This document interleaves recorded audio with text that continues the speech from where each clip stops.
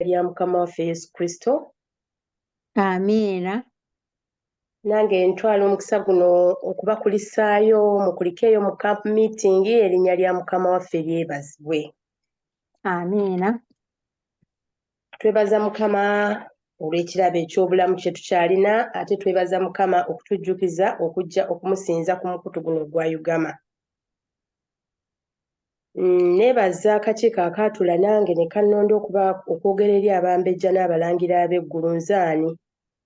Ekitiibwa n'ettendo nkiddiza Mukama, kansabe twewombeeke olw'ekyokuyiga kye tugenda okuyiga. Tusabe. Omutukuvu Mukama Katonda Kitaffe omuyinza w'ebintu byonna, Taata tukugulumiza tukuwa ekitiibwa kubanga osaanidde. Katonda waffe tukwebaza kubanga watwagala n'otutonda mu ngeri yo mu kifaananyi kyo mwatondera omukazi n'omusajja, era wamala okutonda omuntu olaba nga byonna birungi n'otuyingiza mu ssabbiiti yo. Olunaku luno n'olwawula n'olutukuza.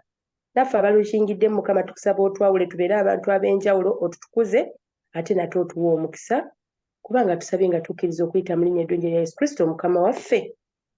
Amiina. Amiina. Olunaku olwaleero nalowoozezza twogere ku mutwe ogugamba nti tukole omulimu gwa Mukama obudde nga misana. Tukole omulimu gwa Mukama obudde nga misana. Kansubire mu mpulira, nsaba Mukama atuwe network ennungi. Ekyandiikibwa kyaffe kye tugenda okutandika nakyo ki scripture eri mu Yokaana essuula 9 olunyiriri olwokuna. Lugamba nti ffe kitugwanira okukola omulimu, ffe kitugwanira okukola emirimu gy'oyo eyatutuma obudde nga misana. Ekiro kijja omuntu mwatayinza kukolera. Kitugwanira okukola omulimu gw'oyo eyatutuma ng'obudde misana. Ekiro kijja omuntu mwatayinza kukolera. Manyi nti mulina emitwe gye mutambuliramu naye neebaza Katonda nti temwagumpa. Kale ne mpulira ng'engeri gye twakava mu camp meeting nga ffenna tujjuziddwa omwoyo, ne njagala twogere ku mulimu omukulu ogwatuyisa ate naffe mu mulimu ogwo mwe twayita okubeera nga tuli wano. Njagala okwogera ku mulimu omukulu Kristo gwatukwasa gwe gw'okubuulira enjiri. Era omulimu guno ayina Kristo bw'ogenda mu Matayo wayogerera we yali ng'atambula ng'abuulira enjiri mu Matayo essuula 9. Ayina ebigambo bye yayogera ate ayina ne bye yalaba. Tugenda kusoma olunyiriri lwa 35, 36 paka ku 38. 35 agamba nti Yesu n'ayitaayita mu bibuga byonna n'embuga zonna ng'ayigiriza mu makuŋŋaaniro gaabwe, ng'abuulira enjiri ey'obwakabaka, ng'awonya endwadde zonna n'obunafu bwonna. Olwa 36 naye bwe yalaba ebibiina n'abisaasira kubanga baali bakooye nnyo nga basaasaanye ng'endiga ezitalina musumba. N'alyoka agamba abayigirizwa be nti eby'okukungula bye bingi naye abakozi be batono. Kale musabe omwami w'ebikungulwa asindike abakunguzi mu by'okukungula bye. Ennyiriri ezo bw'oba ozitunuulidde zeeyogerera era zitegeerekeka. Kristo ng'abuulira obwakabaka, bwe yajja yabuulira obwakabaka bwe bugenda kujja, naye bwe yali ng'abuulira yawonyanga abalwadde, yakyaliranga abafiiriddwa, yazuukiza abaali bafudde, kwegamba yakwatanga ku mitima gy'abantu. Naye bwe yamala n'atunuulira bw'ati ng'agenda atunuulira, n'alaba ng'abantu abanyigirizibwa omulabe Sitaani bangi, nti bwe yabatunuulira n'abakwatirwa ekisa. N'alaba nga balina ennaku, nga balina obuyinike, nga bayaayaana, nga banoonya ani anaabayamba nga tebamulaba. N'alyoka agamba nti ebikungulwa bingi naye abakunguzi baki? Batono. naye musabe eri nannyini bikungulwa bino aweereze abakunguzi.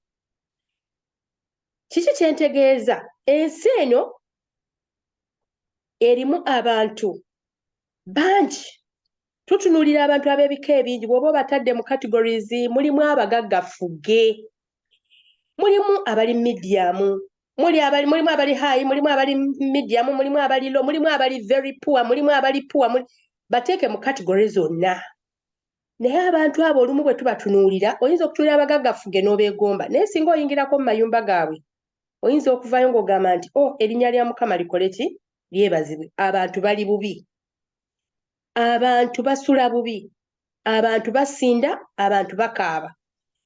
Kristo we yayogerera ebigambo bino, ekibi kyali tekinnali nnyankandago okwenkana bwe kituuse olwaleero. Naye bwe yatunula n'alaba nga waliwo okunyigirizibwa. Njagala tukube akafaananyi nga tutunuulira ensi leero weetuuse. Abantu banyigirizibwa, abantu basinda. Abali e Uganda beegomba kujja mu Amerika. Naye nzikiriza nti ffe ate abaliko mu Amerika nga muliyo ddala ddala, oba wa mazima weegomba kudda ludda wa? Kudda Uganda. So nga ate America dollar counts. America everything is there. Naye nabadde ntegeka gundi eno ne ntunula ne ŋŋamba naye mu butuufu ensi eno tekungulwa, ate ebintu by'omu nsi muno twetaaga Yesu kye yalaba nti yatunuulira abantu nga balina ennaku. Banaye tulina ennaku kubanga ne waba ne ssente waliwo ezituuka nga tezikola. Waliwo endaba nina bwe nfumiitiriza nga mbeera ng'olaba nti mu America everything is there, naye era nayo yadde abakugu gye bali bwe tugenda amalwaliro buli kimu gye kiri, naye mbuuza tebafa? Tewaliyo be balangirira nti obulwadde ojja beera nabwo obeere ku ddagala paka olunaku lwe lulituuka? Yennaku n'okulumwa n'okusinda we bituusizza omwana w'omuntu. Ate bw'oggyako ebyo, America nsi ngunjufu, kanjogere ku nsi gye tulimu, naye ate yeesinza okuba ey'ebisiyaga, yeesinza okutyobola obutonde bwa Katonda. Naye kino ekyokuyiga kyendeese nyinza obutabuulira nnyo, naye njagala tuggyemu Mukama atusaasire tuyige mystery. Kubanga Yesu bwe yayogera, tugenda kusoma olugero oluli mu Matayo essula eya2 olwogera ku muki? Ku nannyini nnyumba eyakeera n'akola ki? N'atuma abantu. Kino kankibagambirewo nga ntandika mu kinywezi. Bw'obanga ompuliriza nga njigiriza olwaleero, nkusaba ne ku Wednesday obeerewo, kubanga egenda kubeera sermon eri continuation oba kyakuyiga kyengenda okuwunzika ku Wednesday. Naye wennakiwunzikira nzikiriza nga Mukama alina wajja okuba akutadde. Tulabye nti Mukama alaba ebikungulwa bingi, abantu abeetaaga enjiri bangi, naye abatwala enjiri be baki? Be batono. Kati njagala twebuuze nze naawe, mu mulimu guno Yesu agambye tusabe eri nannyini bikungulwa aweereze abakunguzi. Kati tugenze mu lugero lwaffe oluli mu 2. Agamba nti nno kubanga obwakabaka obw'omu ggulu bufaanana omuntu alina ennyumba ye. Bw'oba wandiika alina ennyumba ye oba household abalina ey'oluzungu, eyakeera enkya okupangisa abalimi balime mu lusuku lwe. Abalimi bawandiike wabbali, olusuku luwandiike wabbali olw'emizabbibu. Aga nti eyakeera enkya bwe yamala okulagaana n'abalimi eddinaali ey'olunaku olumu, n'abasindika mu lusuku lwe olw'emizabbibu, n'afuluma abo bagenza okulima ku ssaawa balagaanyisiza ku ssaawa mmeka? Ku makya. Ey'oluzungu ekyogera bulungi very early in the morning. Early in the morning ze ssaawa kale 10 na mmeka? 12 ez'okumakya. N'afuluma essaawa nga ziri 3, n'alaba abalala nga bayimiridde mu katale nga tebaliiko kye bakola ki? Kye bakola. Nabo n'abagamba nti nammwe mugende mu lusuku olw'emizabbibu, nange n'abaweera ekinaatuuka. Ne bagenda. N'addamu n'afuluma nate ku Lwokutaano essaawa nga ziri 6, era era n'omwenda n'akola bw'atyo. N'afuluma essaawa nga ziri 11 n'asanga abalala nga bayimiridde. N'abagamba nti, kiki ekibayimiriza wano? Obudde okuziba nga temuliiko kye mukola. Ne bamugamba nti, kubanga tewali muntu eyatupangisizza. N'abagamba nti, nammwe mugende mu lusuku olw'emizabbibu. Nnyinza okukoma awo. Abantu bano bw'oba otunuulira mukama w'ennyumba agenda apangisa abantu naye ng'abapangisa ku ssaawa ezaki ez'enjawulo. Agenda abapangisa bagende balime, abawe ekyokukola. Asooka abasanga bayimiridde. Omuntu ayimiridde kwegamba nga tebalina kyakukola. Mu luzungu akiyita idle. E Kampala batera okukwata edda bateranga okukwata idle and disorderly. Bwe kiri bwe kityo ne babatwala.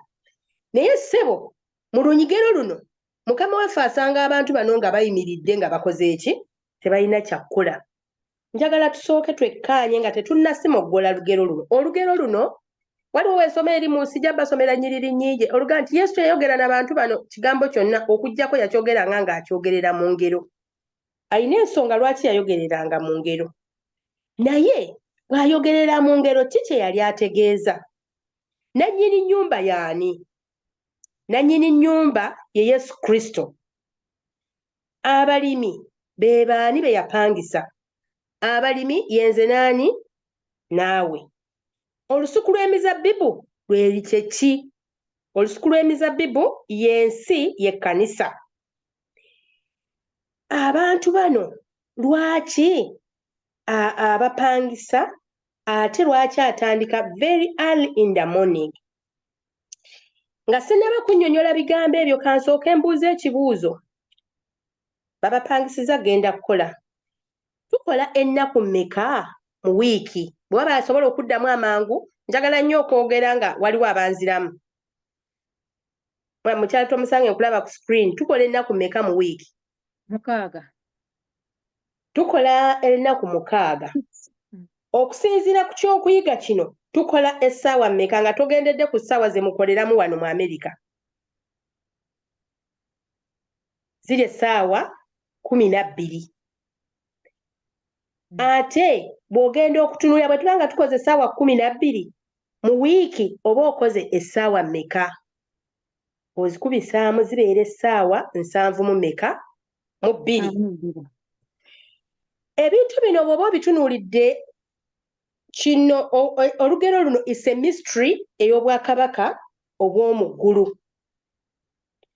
Omuwandiisi omu yabadde nga akola quotation ku scripture eno bamuyise great preacher erinnya ndyerabidde saali kwotinze wano. Agamba nti what Jesus is saying here is that each one have opportunities to work or to witness for him while it's still day. While we live and breathe, when we no longer live or breathe overnight, as it were, our opportunities will end. We are to be his hands extended to his dying world. Nabasomedde olunyiriri olwadde lugamba nti bwe yatunuulira ebibiina n'abisaasira. Njagala okuleeta amawulire amalungi eri gwenna nga mpuliriza nti ffe Mukama baapangisizza oba baayita okukola omulimu gwe, okukola mu nnimiro ye, okukola mu vineyard ye, okukola mu lusuku lwe olw'emizabbibu. Naye bwe nabadde nga ngenda nsoma Bible Concordance oba ebinnyonnyola olunyiriri luno, lwalaze nti ffe ffenna bye tukola bye tubaliddeko obudde. Yesu bw'asinziira mu ggulu n'atutunuulira tulaba nga tuliyimiridde nga we are idle and disorderly, nga tetuliiko kye tukola. Muganda wange mwannyinazi, tugaanye okubeera emikono gya Yesu, okugenda okutwala amawulire ag'enjiri, okubuulira abantu aba Katonda, okudduka obubi obugenda okujja. waliwo omuntu ali ku dying bed naye nga yeetaaga ekigambo ekimuzzaamu amaanyi nga ne bw'anassa omukka ogw'enkomerero ajja kubeera n'essanyu. Naye nga nze naawe tugaanye okutwala amawulire amaki amalungi. Essaawa nabadde nga ntunuulira ebigambo bino ne ŋŋamba ffenna tuli awo tetulina kye tukola tuyimiridde buyimirizi. Mukama atuwadde ekyokukola. Mbagambye ekigambo kuyimirira kitegeeza idleness kubanga toliiko kyokola kyokola. Naye tategeeza kukola kuno okwaffe okw'emirimu gyaffe kubanga tetunnaba kukola mulimu gwa Katonda ogwatuyisa. Njagala weebuuze ng'owuliriza ebigambo bino bye njogera nti ggwe singa tewaliwo omuntu yakubuulira amawulire gano ag'enjiri, olowooza singa leero w'oli oba essuubi ly'olina nti Kristo bw'adda agenda kuntwala obeera tolirina. Era omuwandiisi omu abantu baayogera ekigambo nti an idle mind is the devil's workshop. Buli idleness mbagambye bwe nkyogera wano kiyimirira mu kigambo kiri ekyabali be yasanga nga bayimiridde. Mbagambye nti okubanga tetukola mulimu gwa Katonda buli ali awo nga tobuulira njiri oyimiridde. Newankubadde nga ffe tugenda ne tulowooza nti tukola nnyo bye tukola waliwo abaatusooka obbikola. Nabadde nsoma mu mubuulizi ayina olunyiriri lwe nalebye. Mubuulizi ono mubuulizi tumumanyi yakola nnyo bingi, yali mugagga, yali mugezi, yenjoyinga buli kintu kyonna. Naye mubuulizi essuula 2 yayogedde ebigambo bino okuva ku lunyiriri olw'10. Yagambye bw'ati, aga nti na buli kintu amaaso gange kye geegombanga saakigamma, saaziyiza mutima gwange obutalaba ssanyu lyonna kubanga omutima gwange gwasanyuka olw'emirimu gyange gyonna. Kagamba ako kakwotinge olw'emirimu gyange gyonna, kitegeeza emirimu gye yakola gyayidinga gyamuwa obugagga gyamusobozesa okufuna buli kyakola ki nti n'amaaso ge ssebo teyagamma buli kyegakola ki kyegaagala. Era guno gwe gwali omugabo gwange ogwava mu mirimu gyange gyonna. Awo ne ndyoka ntunuulira emirimu gyonna emikono gyange gye gyali gikoze awo ne ntunuulira emirimu gyonna emikono gyange gye gyali gikoze n'okutegana kwe nategana okukola, era laba byonna butaliimu na kugoberera mpewo, so nga tewali kintu kigasa wansi w'enjuba. Ndeeta amawulire amalungi oba agatali malungi. Ti byonna ebitufudde nti tuli bize nga tulowooza nti tukola nnyo, nina okukola. Kati wano mu Amerika oyinza okusanga oli adduka ayina emirimu ng'emeka, ayina gy'akola wano awo n'addukawo n'agenda n'akola wali n'addukawo n'avaawo n'ekiro kyonna ne tukola ate nga ekiro Mukama yakiteekawo kyakwebaka.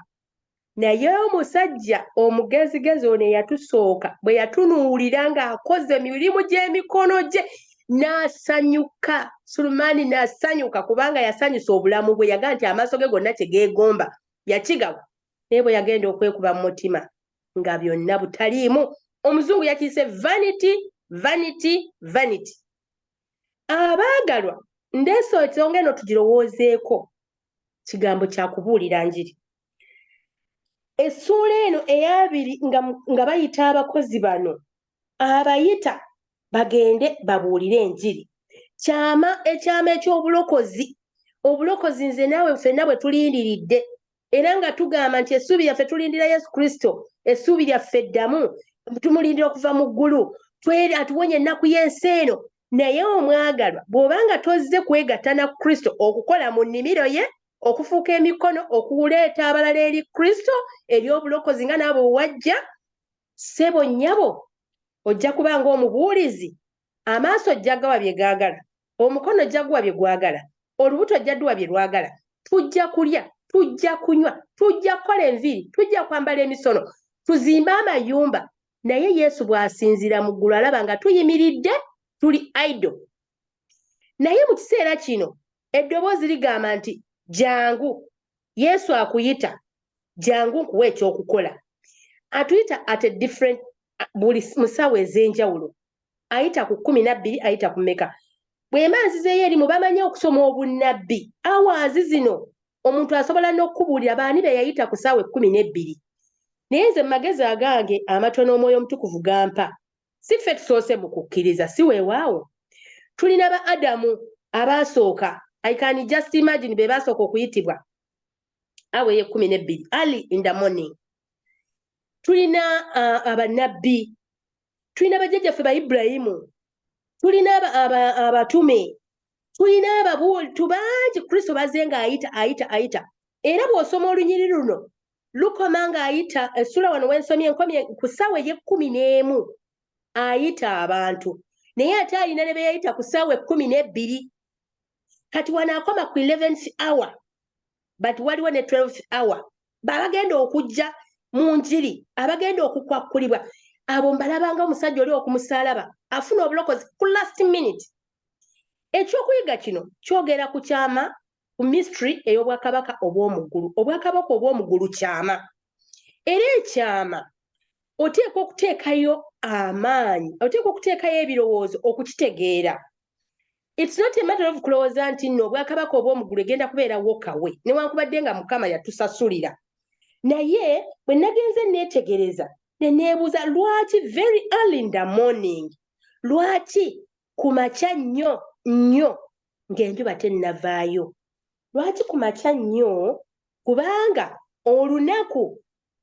olunaku daytime erimu essaawa 12 essaawa 12 ezo kyava atandika very early in the morning ng'enjuba evaayo njagala obbategeeza birina amakulu era bw'onaayiga amakulu gano bw'onaawulira gye gawunzikira ku Wednesday ate obulamu bwo obw'ekikristaayo bugenda kukyuka addamu nagabe lwaki ku makya nnyo omunnyonnyozi omu yagambye nti nno lwaki ku makya nnyo olunaku lulina essaawa 12 lwaki ku makya nnyo kubanga enjuba eba ekola ki evaayo pozi enjuba bwe bulamu enjuba ye Yesu Kristo so why early in the morning kiyinza okutegeeza Kristo munze kitegeeza Kristo bw'abeera mu ggwe bwe ozuukuka bw'oti topakuka kukola bibyo wabula osooka kwebuuza lwaki early in the morning very early in the morning kubanga there is victory over sin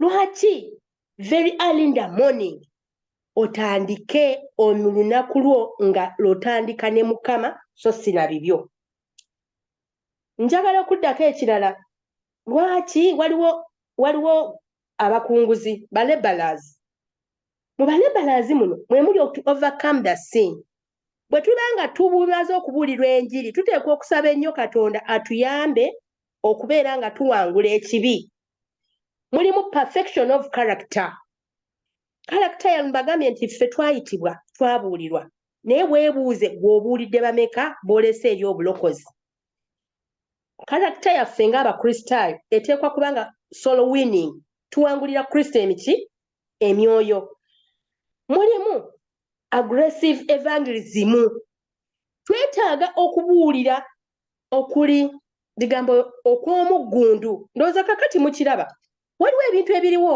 nga tetubiteekako mwoyo naye namaze okuteekateeka samoni eno ndudde nga ngiteekateeka nenjagala ogikyusa nenkola ki naye ngenza okulaba ng'omwoyo ayagala nkyogere nenkireka naye okuva ne natandika okukitwala natandika okuwaayo obudde okusabira omulimu in a special way njagala kankoleko okulandagga wano edda abatusooka mu kkanisa tebaakubatizanga okutuusa ng'emisingi 28 ogimanyi tebaakubatizanga okutuusa nga kyokkiriza okikola ki okimanyi naye leero tubula kukwata bukwasira abantu ku street tubanyike tuweze ennamba kubanga kiragiro kyazze kati eno mpozi bagiyita homecoming tuli mu homecoming tubuulira abantu kituufu naye tuba tebannategeera naye yagambye bw'ogenda osoma ennyiriri ezikako wansi awo aga nti mugende muba muti n'atuma 12 n'abaga nti mugende mubabuulira abantu nga mubaga nti obwakabaka obw'omu ggulu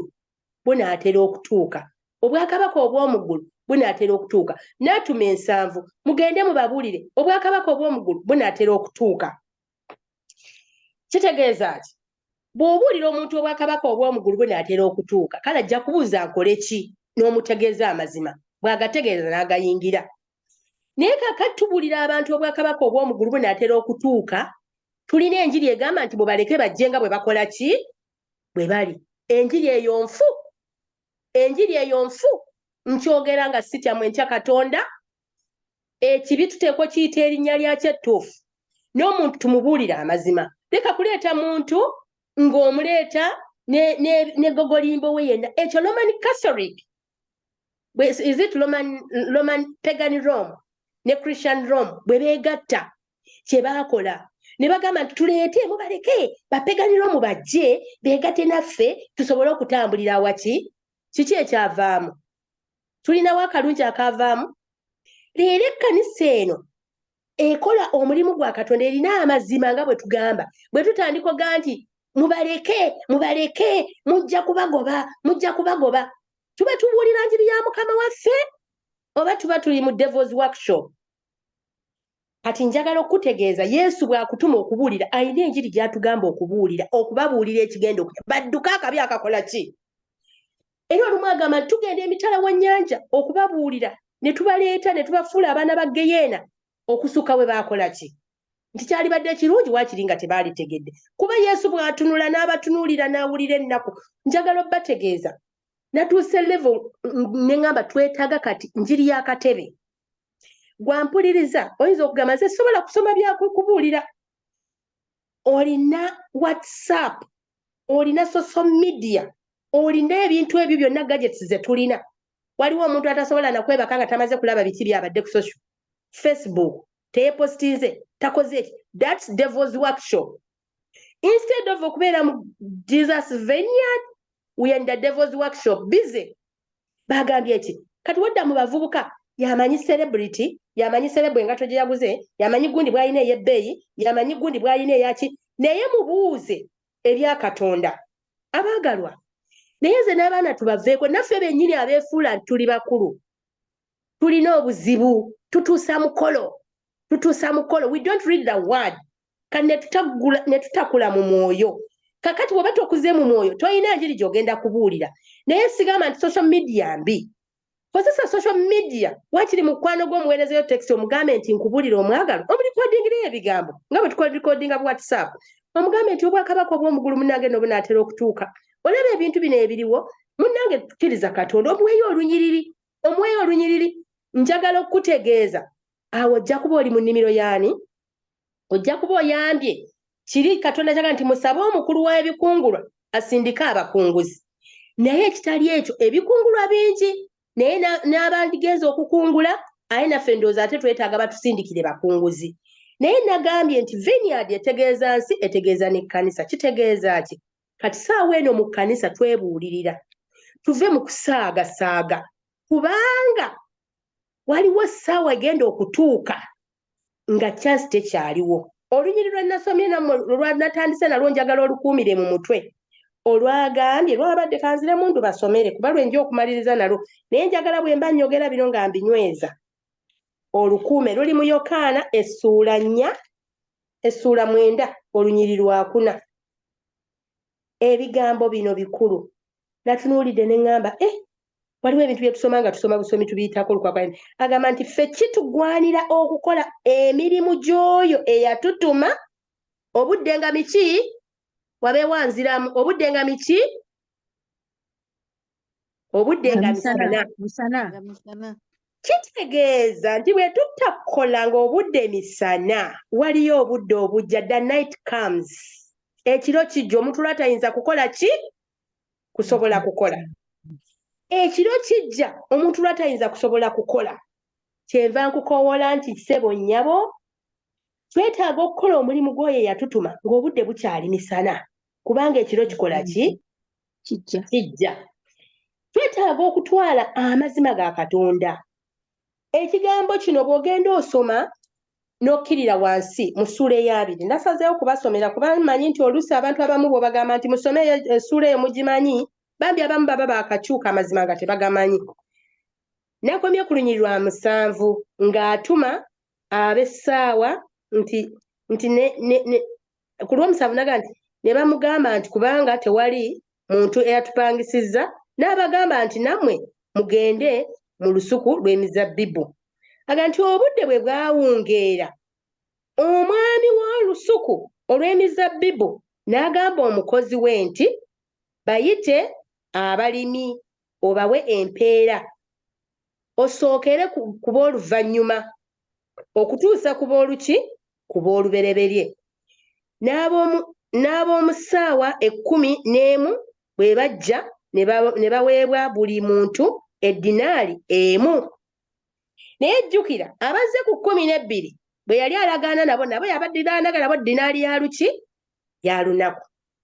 Bw'aba agaba empeera agambye batandikire ku b'ekkumi n'abameka ku b'ekkumi njagala okubategeeza nti abantu bano bw'ogenda okkirira wansi bano balina ebirowoozo eby'enjawulo batandikira kuba ne bawa eddinaali y'olunaku bwe baagiweebwa mbadde nkomye ku lwamwenda olw'ekkumi ti n'abo abaasooka bwe bajja ne balowooza nti banaaweebwa okukirawo naye nabo ne baweebwa buli muntu eddinaali emu.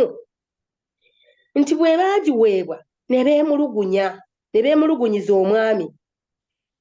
Kankomaawo nabagambye kino kyama kya Bwakabaka. 1 ekyama ekiri mu kintu kino kansooke nkize ku present tense we tuli leero. Omuntu ayinza okubuulirwa enjiri emyaka 20 n'abeera mu kkanisa naye ng'akolanga yakategeera. Naye waliwo abuulirwa ku 11th hour n'ayingira mu kkanisa n'ategeera Katonda we n'aweereza Katonda n'abanga mu kkanisa yamalamu emyaka 10. Mwali mukirabyeko? Naye bano ab'essaawa 12 ne batandika yakakyuka akyalimu ebbugumu ly'okukyuka. Mumuwe obudde ajja kuwola. Ani yaga nti omuntu abeera ne Kristo awola? Era okugjako bano abeemulugunya naye weewuunye bwe baali babapangisa babasuubiza dinaali ya luki ya lunaku. Naye kino kitegeeza ki? Nabagambye kino akatundu gundi eneyo ennyonnyola ku kyama eky'obulokozi. Obulokozi eyasooka okubukkiriza n'anaasembayo okubukkiriza ffenna tuweebwa bulamu butakola ki? Butaggwaawo. Omuwandiisi omu yabadde ayogera nti ekyo kyekiraga ekisa kya Katonda eky'okwagala ekitageera nti tasosola muli bantu. Ayaniriza buli muntu yenna, buli kikula kya muntu, buli mwonoonyi yenna kasita ategeera amazima ne yeenenya. Mulimu abantu we tulituuka mu ggulu ayinza okwewuunya ng'olabayo abantu abaali aboonoonyi abateemu balukulwe naye kubanga bafunye ababuulira ne bakkiriza ne babeerayo. Ate n'osangayo abaakeera ku ssaawa 12 bano abaludde mu kkanisa ne balowooza nti bo kati balinga abatudde ne mu ntebe ya Katonda basobola n'okusalawo ne bagaa nedda senga abaasookawo edda nga baziyiza abazze ku ssaawa 11. Njagala obbategeeza nti ffenna bwe tukkiriza amazima ekirabo kiri bulamu butakola ki? Butaggwaawo. Naye ate ekyama eky'Obwakabaka ffenna kye twayitirwa bwe twamala okutegeera amazima kwe kubuulira enjiri. Weebuuze wekka kuba sijjaga nti buuza munno abali ababiri mwebuuzaganye waakaleeta bameka eri Kristo. Bw'oba tonnaleeta n'okubaleeta obbalabako is not the big deal. Big deal eri nti obuulidde n'abantu b'okola nabo ne baani b'okola nabo. Waliwo engeri gye tusobola okupenetratinga emitima gy'abantu bano nga tonnaba kumubuulira. Twala obudde omusabire Mukama amuggyemu omutima ogwo omulaba esitaani gwamukoze eki? Gwamutaddemu asobole okukkiriza. Naye bwe tuteefeeyo kubuulira agambye nti ekiro kikola ki? Ekiro kijja. Naye essaawa zino bw'ogenda ozitunuulira atandika ku makya nnyo ng'enjuba evaayo naye agenda ayisaawo essaawa 3 agenda ayisaawo essaawa 3 n'ayita abalala agenda ayisaawo essaawa 3 n'ayita abalala. Ekyo mu bunnabbi kirina kye kikola ki? Kye kitegeeza. Naye sazze kusomesa bunnabbi naye abamanyi obunnabbi baali tubuulidde ebintu bino. Naye era ssaawa zino kuweneezide ngenda babuulira ekyama ekizirimu bw'onaazitegeera n'okikozesa ogenda kuwangula, ogenda kumenya ebigo, ogenda kulaba ng'olinga ayogera ne Katonda ng'omukutteko.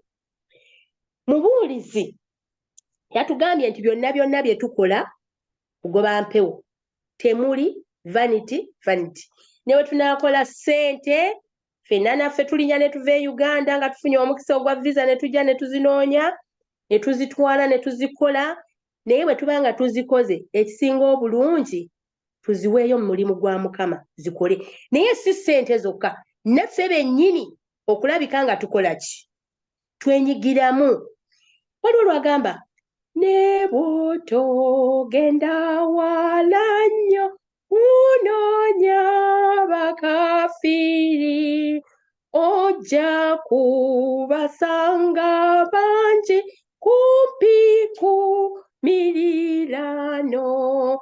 oba toli mwagezi nnyo okwenkana Pawulo yogera ku Yesu kyokka nga yafa ku lwa bonna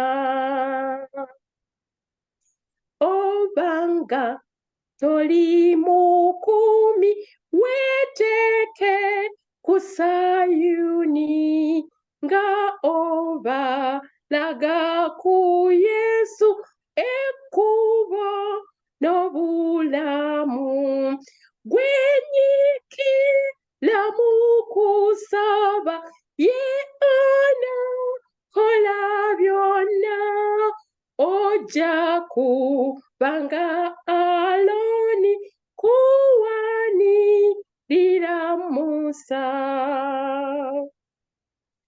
abantu bazikirira Mukama akuyita togeza kokugamba nti nze siri kyennyinza kola kwa nagwakuwadde era kola n'essanyu bwakuyita ddamu bw'oti tinzenzu no ontume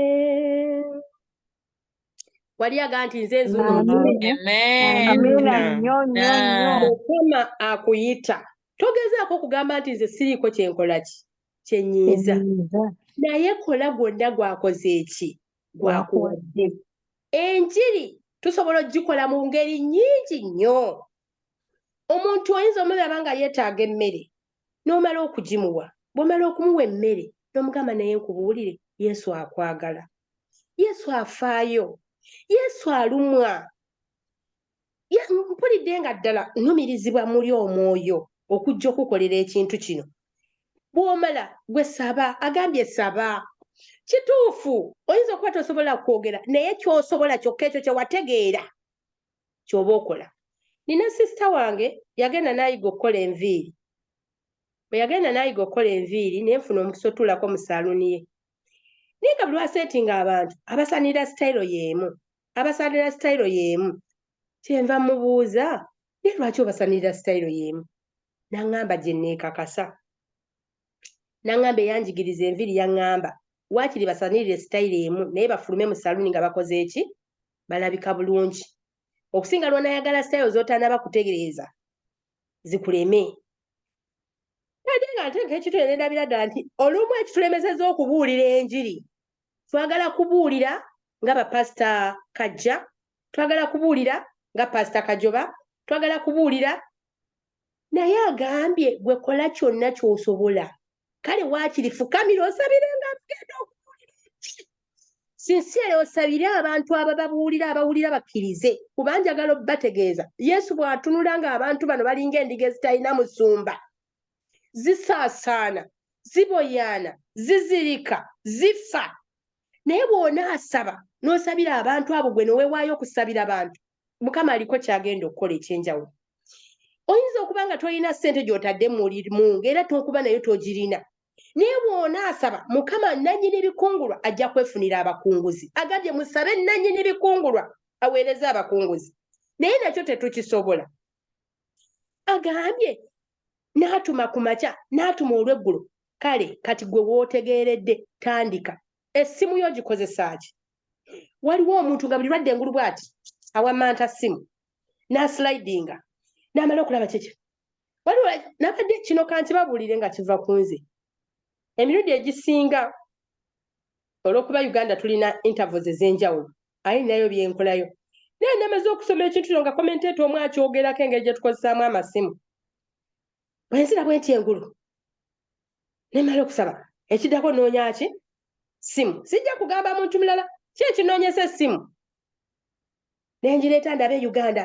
abawaka bali batya naye ne ka bizinesi akaliyo kali katya bwe malawo nembaddamu kuba manyize we naaza okuyira eri bujja kuba bukoze eki naye ne ŋŋamba kati ekyo kyankuteko ne ŋŋamba kati nze njinoonya lwekyo bwe mba ndi wano naye ate bwe mbeera e Uganda nze essimu yange njijjako bwe swi tesulana mu kisenge kyange naye mulimu oli nga essimu amanyi n'okumanya nti sawa bwesi egenda kuvuga wali obaddeko awo n'olowooza ku ssimu nti egenda kuvuga ate neevuga oli connected bw'oli bwagamba nti we are in the devil's workshop temukizanyisa omulabe nabadde nsoma commentator omu n'agamba nti sin has become science abasomi ba science saasoma nnyo kiri awo naye science emirundi egisinga ebintu byayo babikolera mu laboratory si bwe guli they explore ne bagenda mu laboratory ne batestinga bino ne bagatta bino ne bavumbula naye n'ekibi level we kituuse kiri ku level ya science nti kati pipa bavumbula okukola ekibi mu ngeri ki nti bavumbula ne bagamba nti Katonda yatonda mukazi na musajja kati ffe twagala kulaba omusajja n'omusajja biba bitya n'omukazi n'omukazi biba bitya ensolo n'ensolo bibeera bitya omuntu n'omwana omuto bebe yakazaalibwa bibeera bitya temubiwulira abaana nga babatwala mu trafficking kwegamba abantu boonoonye tudelevo ti ate ne batuuka n'okubanga kati bavumbula n'ebibi ebyesisiwaza tudalevo nti Katonda takyasobola kutunuulira omukommentator omu yabadde akola comment ku scripture eno yagambye nti ekibi ekyasuula Sodoma ne Gomora okukola bye baakola it was idleness nti baali bagagga baalina buli kye beetaaga nga tebalina kye bakola kwegana ne batandika okukola n'ebitasaana emmere bagirina buli kimu kyonna bakirina bwe yeetoola bw'ati n'alya ku apple bwe yeetoola bw'ati n'anywa ku yogati bwe yeetoola bw'ati n'alya ku gundi njagala okubategeeza it's high time tuyige n'okucontrollinga ourselves ku byokulya okulya nakwo singa tuleese samoni yaako nayo nnene naye ate bwe nabadde nga ntula nga boogera ku kibi kya Sodoma nti it was idleness naye nga idleness yava kuba nti buli kye baali beetaaga baali bagagga nga kibeera weekiri kati nga obudde balina bungi America mukola nnyo naye mulina n'obudde bungi kubanga bw'ova ku mulimu odda waka temulina neighbor ffe balina Uganda oyinza ogamba kangendeke wa mukwano gwange gundi kangendeke wa gundi naye emirundi egisinga naye bw'obeera mu state mwoli nga temuli bannayuganda oba bakikibwo bato odda wakaawo kitegeeza olina obudde bungi munda mu nnyumba yo naye bwe ngenda nkola kestade bwe twetoola bwe tukinga fridge n'oggulawo mulimu kano bw'oteerako n'osirikira n'ogyayo kali n'olyako kwegamba ne tubeeramu ebyo naye njagala mbategeeze nti buli awa yalinga atuma kati njagala obulamu bwo obudevoting ku those hours otandike okubangako kyokola mu budde omunsi eno eri bize naye ng'olina kyokolera Kristo bw'obanga okola wolokoso ku ssimu kolayo ku wolokoso wa Yesu obeeko gw'oweereza nina ekintu nze ng'omuntu omu bwe nawulira nga enjiri abantu ekisooka abantu ino tubabuulira naye okukkiriza n'olaba ng'oyagala omubuulire ajje mu kkanisa ekyo kyalinga kimmenya nnyo naye Yesu tantumanga kukyusa bantu Yesu yantuma kubabuulira bwe bakkiriza ne babatizibwa bajje mu kkanisa bwe baba tebakkiriza omusango guli bakola ki guli basinga kino kye natandika okukola era neebaza abamu abali ku mukutu guno nabasabako ku Bayibuli nasoloozaako ku Bayibuli kubanga tubuulira abantu najja mu kkanisa oba ne bw'aba asigaddeyo naye nga ne Bayibuli by'omubulidde talina wabikola ki wabisoma ne ŋŋamba kati nze nno kati ngenda kukola ekintu bwe kityo oli bwe mubuulira n'omubuuza olina Bayibuli nti sirina nga nkwata Bayibuli nga ngimuwa nga mugamba nti kati sibitegeera naye sirina nakuŋŋamba nga kati ngula enjigiriza ya Bayibuli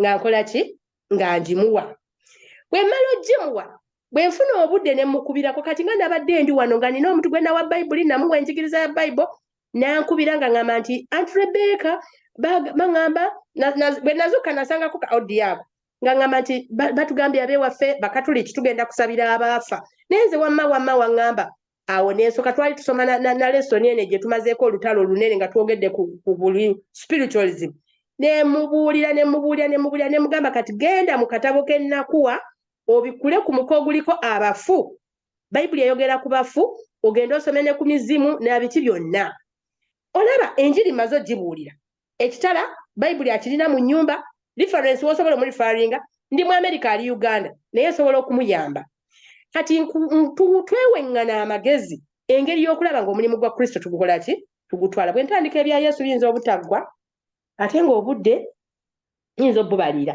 njagala ntandike nga ntuuka ku kubaako w'enkoma ku samoni y'olwaleero njagala tuddeyo ku kyawandiikibwa kyaffe kyetwatandise nakyo ekigamba nti ekiri mu Yokaana essula ey'omwenda olunyiri olwokuna agamba nti we yagambye nti nno ffe kitugwanira okukola omulimu gwa Mukama obudde nga misana ekiro kijja omuntu bw'atayinza kukoleramu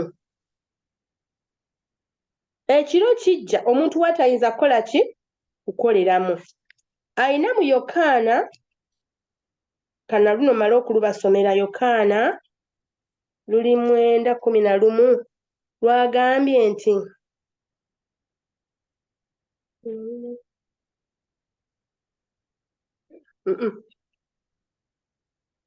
kansooka olondoleke naye nga lwabadde lugamba nti Yesu n'agamba nti obudde misana omuntu kimugwanira okutambula ng'obudde misana kubanga atambula emisana teyeesittala naye atambula ekiro akola ki yeesittala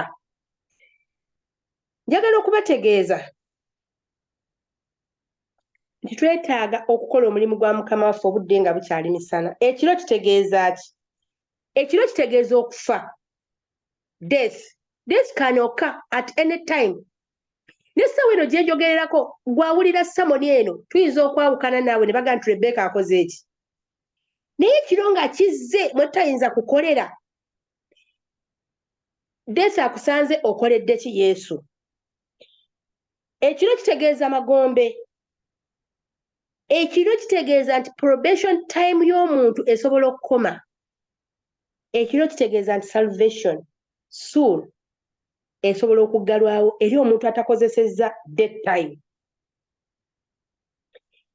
ekiro kitegeeza tetuliko kye tuyinza kukola ate nga bodda mu reality Katonda yatonda nga misana lyakola kiro kyakwebaka naye ennaku ekiri kyatutunuulira n'alaba nga tulinga endiga ezitalina basumba kyova olaba nti tukola ekiro n'ebizibu bingi n'ebitukola ki kubanga tuwaanyisizza obutonde bwa Katonda tuyinza otunuulira bali abakola ebya Solomon ne Gomora bokka naye nga naffe waliwo omuntu gw'osanga ng'emisana akola n'ekiro n'akola n'awuzika nga oluusi omeesinze ne ku mulimu naye nga tewaali meesinze naye because otulo tuki tungi njagala okubategeeza ekiro